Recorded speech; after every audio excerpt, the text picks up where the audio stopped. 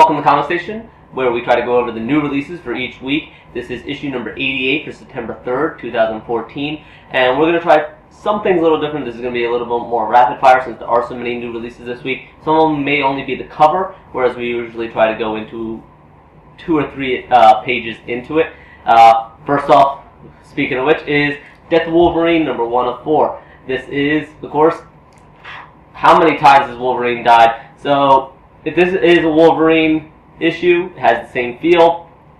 People that love Wolverine comics will enjoy this one. And at the end of this, we are promised the titular death of Wolverine, however long that will last. Next up, we have The Names from Vertigo Comics. This is issue number 1. It is a Wall Street death. It's a murder mystery, trying to find out there's conspiracies, different groups. Really fun. I really enjoyed this. I thought this was a nice, neat take. Female main character, gets down and dirty. Some of the artwork improved the darker the scene. Not just going by night and day dark, but also more grisly. The artwork served that a little bit better. Otherwise, really good story, interesting, and it's one to keep an eye on if you like murder mysteries. Next up is God Hates Astronauts, number 1 from Image Comics. And as you can probably tell from the cover, this is an acid trip waiting to happen. Literally full crabs-headed people with talking tigers and astronauts that are farmers and walking bears, and yeah, everything just speaks acid trip waiting to happen. A lot of profanity, definitely not something for the kids or even young teens. I wouldn't recommend this at all until adults, just the content in it. Honestly, I think the wackiness went a little bit above what I was looking for and became ridiculous. Next up is Ex-Con, number 1 from Dynamite Comics. This one has a very interesting premise, and I really enjoyed this as well as my wife, who read it real quick as a skimming for me. And basic story is the main character can read people, literally see people's not quite auras, but if you are weak, you are yellow. If you are lustful, you have red. If you're greedy, you're green. And he uses that to his advantage until one day he's caught. And now, not only has his powers seemed to have given up on him, but he is now caught in a web of different people trying to play him. He's not quite sure, especially since he doesn't seem to have the powers anymore. And there is some kind of conspiracy going on, and he is in the center of it. I think it's really cool. It's interesting. I like the new premise with the colors, and good art style. Really fit it pretty well. And this is one to keep an eye on. This is not a one of anything, and that does worry me a little bit because something of a story like this can tend to drag on. So we'll see how many issues this is. If they keep it to a volume or 2, I think this will really do well. Next up, Hawkeye versus Deadpool.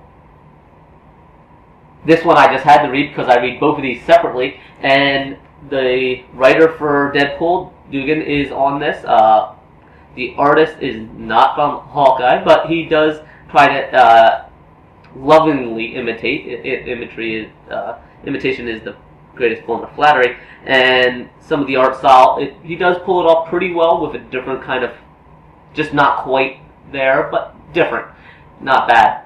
And it comes off fun. It's interesting. If you've been reading the Deadpool, if you haven't been reading Deadpool, some of the things is going to probably throw you off.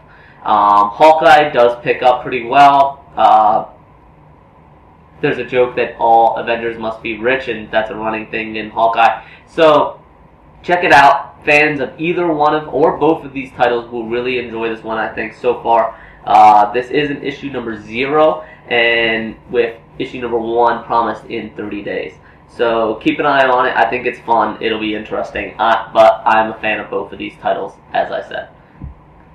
Next up, we have Cloaks, number 1 from Boom Comics. This is a 1 of 4, and I think that is really going to benefit it because this is a tight story that I'm looking forward to. Summation is essentially a young kid running through the orphanage, was at one point raised by a magician, and you see him years later. He is a street magician now, doing a little petty theft while doing street magician, but he does have a kind heart, as evidenced by some of what he does with some of the money. Even though he is pickpocketing, he is turning that money towards good. He has bent morals, but it's really fun. There's some mystery. There's whether or not somebody may be dead or not. It's really fun. I think the 1 of 4 is going to benefit. I'm interested to see where it's going to go on this. And Cloaks from Boom Studios, definitely an interesting magic show, sleight of hand mystery. It's just fun. From Darkhorse Comics, we have Concrete Park, number 1 of 5. This one is essentially LA gang wars in space. It is a desert planet. There is a colony, a city that is basically divvied up among gang members. And right up, first thing this opens up on is there is a penal colony ship coming in. Is essentially a slave ship. They have to serve 2 years in the mines, which most of them don't make it through the first year. And in this case, it crashed. There's a survivor. He's pulled into this. He is unaware. So he is your eyepiece into this world. And coming from LA and the gangbanging scene, he recognizes a lot of similarities in it. And right from there. But the interesting thing is the gang member is a female. It is a lot of terminology and slang that's used that may throw some people off, but otherwise it's a fun read. It's a different look, and essentially sums it up is LA in space, LA gangs in space.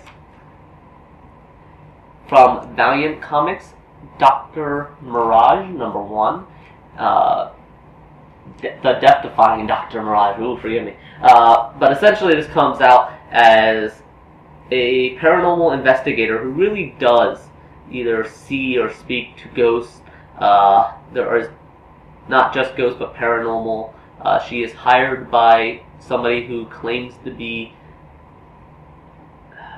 Let's back up. She has a bad past. Her handler is aware of this and trying to force her to confront it. It's an interesting way to introduce her. In the end of this issue, she's hired by somebody to do a job that you're not quite sure he's on the up and up, or the job is even on the up and up. So it's interesting. I thought this was really neat. The artwork served it well. The story was well paced. And like I said, though, the first 1/2 to 3/4 of it is pretty much used as an introduction to the characters and what some of her conflicts are. But I thought it did really well, and it set it up pretty well. Finally, for our last issue today, we have from IDW, Silent Hill Downpour number 1, and Anne's Story. So, those of you who, like many people, didn't play Silent Hill Downpour, you're not alone. But if you were interested in the story, if you like Silent Hill stories, this is from Anne's point of view. She is the parole officer character trying to chase down the main character in Silent Hill Downpour, and this is her side of the story. So if you played the game and you were interested more in her side, or even if you didn't, but you want more Silent Hill, this is a good place to start. It's purely story, obviously. The artwork was pretty good, the gruesome characters.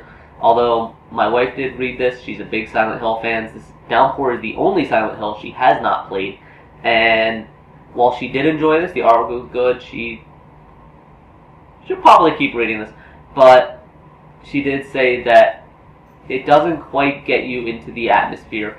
While the enemies are gruesome, they don't have the same atmosphere as a Silent Hill game. Of course, they're not going to have the sounds. They're not going to have the creepy movement, the semi-broken human movement that just is slightly off and disturbing. And this doesn't have that. They try to do a good job with the artwork, and they seemingly do, but it just misses that. So if you like Silent Hill games, you may not like this, but if you like Silent Hill stories, this may be an additional benefit, additional content for you.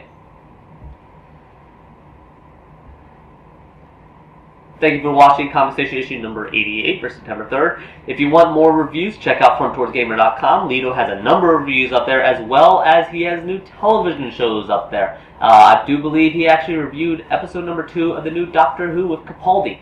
So check it out. Lots of content, more coming. And as always, every Wednesday, earlier if I can, depending on editing, we will come out with these reviews, try to go over some of these new issues. That way, when you come in on the comic book store on Wednesday, you're not rummaging and taken in by some covers that may bring you into a story you're not interested in. Please let us know if you missed anything you were interested in hearing more about but we missed, anything that we did review but you have a differing opinion. Please let us know. I'm always interested and looking forward to your comments. Thank you very much, and we will see you every Wednesday here on the Comic Station.